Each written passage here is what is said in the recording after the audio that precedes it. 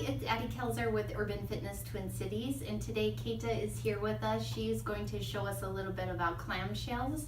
Clamshells are a really basic exercise that work really well as a glute and lateral leg and lateral hip strengthener, especially if you have any troubles in your knees and you want to kind of eliminate the use of them while strengthening some of those body parts closer to the hip. This is a great choice. So if you're looking for strengthening in the hips, go ahead and follow along with us on this clamshell. Go ahead. Okay, so first thing you're gonna do is you're gonna lie down on your side. There's a couple options here with your arm and your head. You can either do what Addie's doing and put your head on your arm with your arm going straight up from your shoulder, or you can put your arm out in front of your shoulder and place your head on a rolled up mat or a cushion. One of my favorite ways to have clients do these on their own is against a wall. So if you have wall space, go ahead and line yourself up with your shoulders and the back of your hips touching the wall. You want your abs pulling in towards the wall.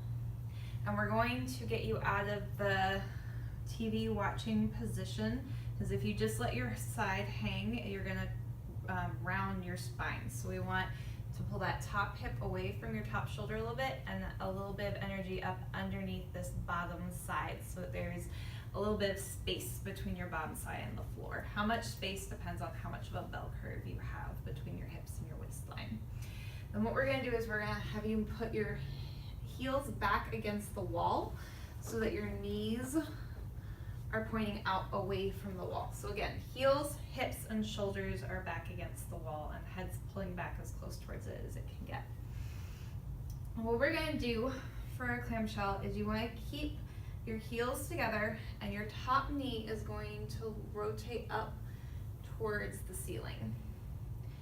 How high it goes will depend entirely on your flexibility in your hip and your rotation muscles. And then you're gonna lower back down.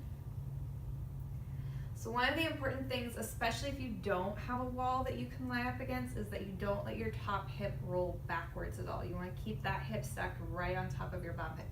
That might make your knee not go quite as high towards the ceiling, but that's okay, because what we don't want is to move your hip bone. We want to move the leg in the socket joint. So the ball's moving in the socket joint, and we're using your inner thigh and the back of your leg, hamstring, to pull that leg around and getting into your low glute. If you feel this all the way up in your upper glute, your hip is probably moving. It should be right where your hamstring and your glute meet. Good.